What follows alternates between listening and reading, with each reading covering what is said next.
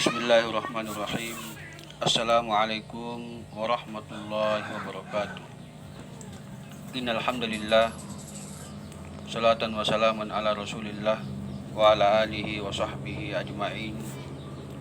Rabbi shrah li sadri wa yassir li amri wahlul 'uqdatam min lisani yafqahu qawli.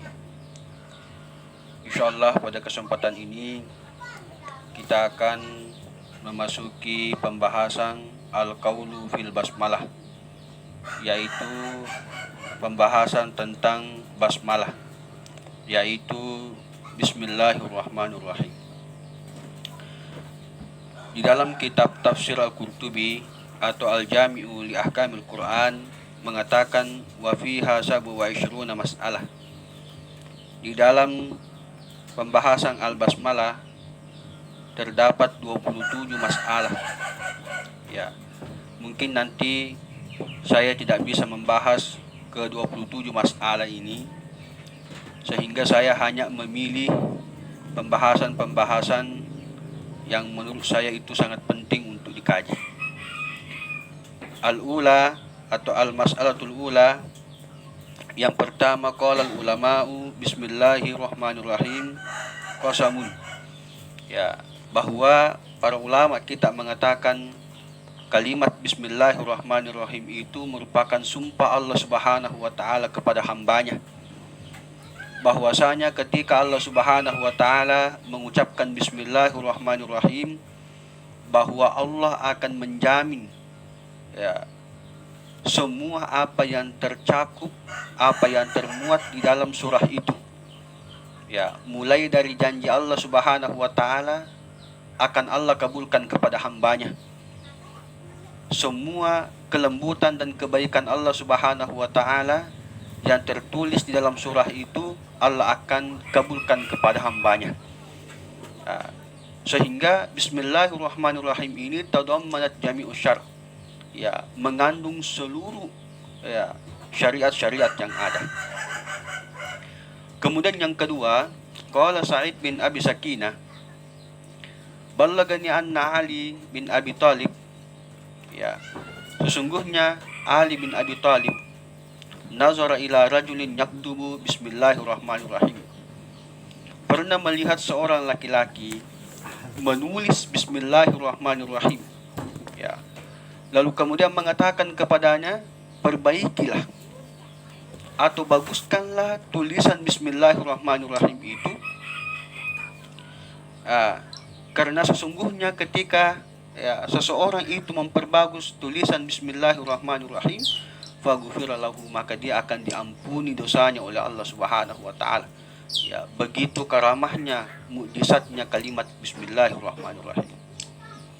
Bahkan qala Sa'id, ya, disampaikan lagi Sa'id bin Abi Sakinah, ya, wa ballagani, dia menyampaikan kepada aku, anna rajulan nazara ila qirtasin, ya, sesungguhnya seorang laki-laki, ya, ketika dia melihat ya kepada kertas yang bertuliskan Bismillahirrahmanirrahim, faqabbalahu, maka laki-laki itu mencium kertas itu yang bertuliskan Bismillahirrahmanirrahim, wa wada'ahu ala ainihi, lalu kemudian dia meletakkan di atas matanya atau dia menciumnya, ya, maka dia diampuni dosanya oleh Allah Subhanahu wa Ta'ala. Jemaah yang sama-sama dimuliakan oleh Allah Subhanahu wa Ta'ala.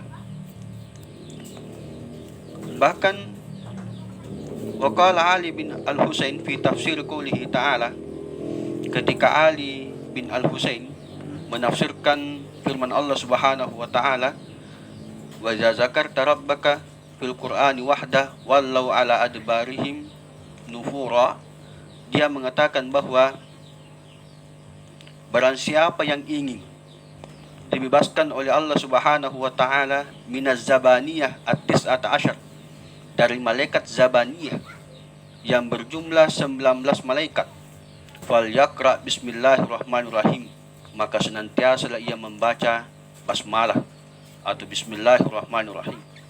Karena kenapa? Liyaj'alallahu ta'ala likulli lahu bikulli harfi minha junnah min kulli wahidin. Allah Subhanahu wa Ta'ala telah adalah menjadikan setiap huruf itu adalah pelindung ya kepada semua malaikat-malaikat zabaniyah itu. Ya, kenapa?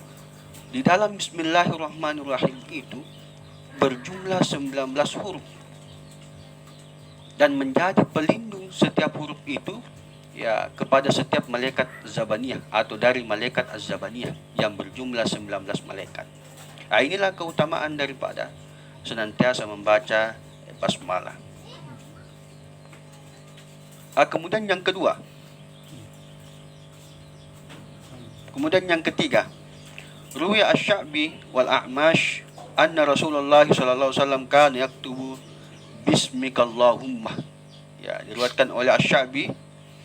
Ya, dia mengatakan bahwa sesungguhnya Rasulullah sallam ya pernah menulis bismikallahumma. Ya, hatta amar ay yaktuba bismillah. Ya, hingga diperintahkan Rasulullah SAW itu ya merubah kata bismikallahumma atau mengganti kata bismikallahumma dengan bismillah. Maka Rasulullah menulisnya bismillah. Ya. Bahkan falamma nuzilat, ketika diturunkan qul Allah awidaur rahman, dia menulis bismillahirrahman. Ya. Dari awal bismillah, lalu kemudian ketika turun Al-Isra 110 qul Allah awidaur rahman, ya maka Rasulullah menambahkan bismillahirrahman. Lalu kemudian falamma nuzilat innahu min Sulaiman wa innahu bismillahirrahmanirrahim. Lalu kemudian Rasulullah menyempurnakan bismillahirrahmanirrahim. Ini merupakan proses sempurnanya lafaz bismillahirrahmanirrahim yang diriwayatkan oleh Imam Syu'bi atau Al-A'mash ya, ketika bermula dari bismikallahumma diganti bismillahi, ya turun lagi surah Al-Isra 110 ya qulidullah awidur rahman, Nabi menulis bismillahirrahman. Lalu kemudian ketika turun lagi surah An-Naml ayat 30 innahu min Sulaimana wa innahu bismillahirrahmanirrahim. Lalu kemudian Nabi menyempurnakan bismillahirrahmanirrahim. Bahkan dikatakan bahwa